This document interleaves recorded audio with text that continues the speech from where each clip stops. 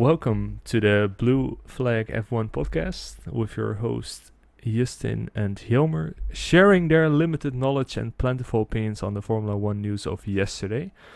Or last week, it seems we have been left once again, Justin.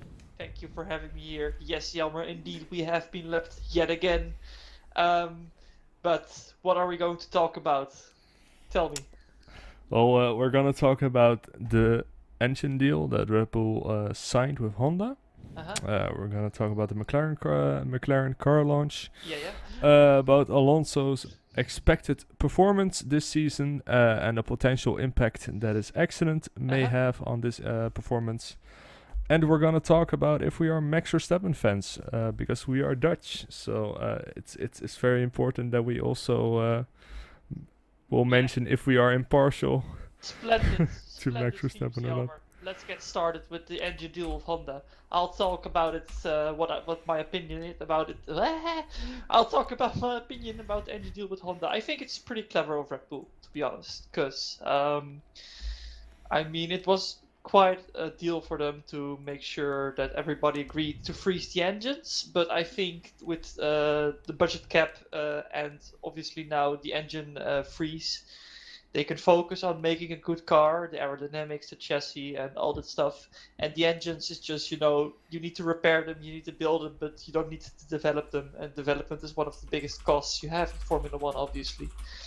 So I think it's clever, but obviously there's one thing they should worry about, because if this year's engine is turning out to be unreliable and not dominant or, shit, then they have the exact same engine for the upcoming 3 seasons. That's true, but Honda will keep some development in place, if I'm correct, for 2022. And what I mean by that is that I think they have to make sure that the engine is compatible with the new fuels, because there's going to be a new mix of fuel coming in. All the engines have to be made up to spec in order to handle that fuel, because I think they're switching to 90% traditional fuels mixed with 10% renewable fuels. All right, let's just say it this way. I think it could go either two ways. Either it's going to be pretty good deal, Honda engine is good and they've got a good reliability, because the last 2 years the engine of the Honda was pretty reliable. And we know that also know the history of unreliability with Honda. So exactly. So if it does happen and the Honda engine is shit for the coming year, and we do have at the end of this year have at least 1,000 subscribers, I will eat a shoe live on the podcast. So make sure you subscribe. All right. Next. Yeah, we're doing this all for Squarespace sponsorship. Yeah, this is the reason we are doing this podcast. Exactly. Okay. But yeah, my thoughts on the engine deal of Honda. I think it's quite clever, right, by Red Bull.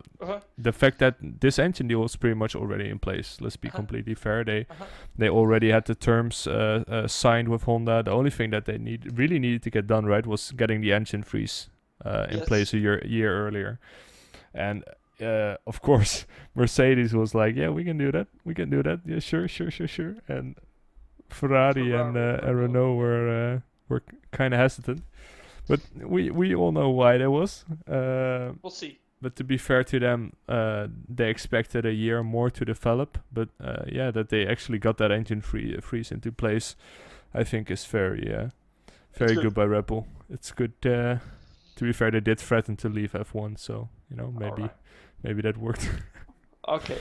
Let's go to the McLaren car launch. Yeah, I can give you some small explanation what happened. Daniel Ricciardo came into the live stream. There were some people behind on the screens. They said some things. They did some music making. Then they showed the car. It's literally exactly the same copy of last year's car with the livery, but I don't care. I like it.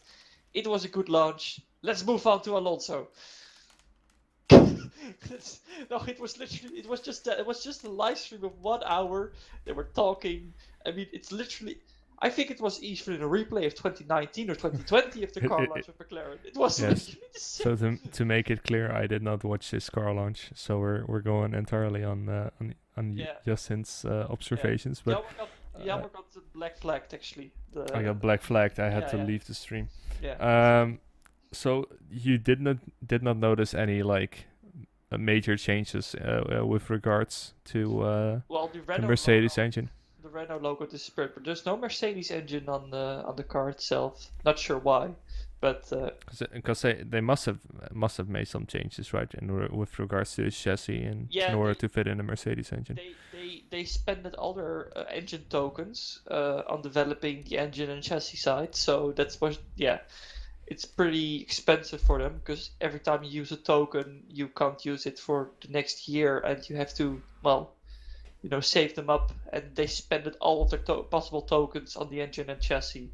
But yeah, I think they are going to be just as competitive as last year, so I think they're going to fight for P3, but who knows? I didn't see much, obviously, because we need to wait for the tests in Bahrain before we can make some expectations of the 2021 season. That actually leads us into a pretty good theme, a surprise theme, let's say. You mentioned they would be fighting for P3. Who do you think they will be fighting I think it's for going to be, for P3? I think it's going to be a tight battle between Ferrari and McLaren. That's what I think. Yeah, is Ferrari not going to be sixth once more? No. They have the potential to grow, to develop quicker than these smaller teams. Because even now there's a budget cap, but it's Ferrari we're talking about. There are Italians. There are, well, sometimes not that well. Their decisions are not as smart as the other teams made. For example, last year in 2019. Because I think they've thrown a lot of wins away with Kimi and Charles and Vettel in some races. But, that's Ferrari. We are looking, yes. Yeah, but I think they're still a good team. So I think they'll be fighting for P3. Well, I they have a think lot of Aston money Martin behind is them, right? following. So Yeah, but that's it. okay, so who do you think is gonna be behind those two teams then? Because I think we're both like guessing that Mercedes will be one. Yeah, Red Bull will be two. I think then you've got McLaren, Ferrari, Aston Martin. Then you've got Alpine and AlphaTauri fighting each other, and then you've got the Williams, the Alfa Romeo, and I think the Haas is going to be by far the slowest car. Yeah. Also because of the two rookies. So Alpine's performance in this case will likely depend on the performance. Will entirely depend on the performance of its drivers, of which one is gonna be Alonso. Fernando Alonso this year. Yeah. Coming back out of sort of semi-retirement, I would say. Yeah, I think you can call it that way, yeah. But how do you think he will perform, Justin? Shit.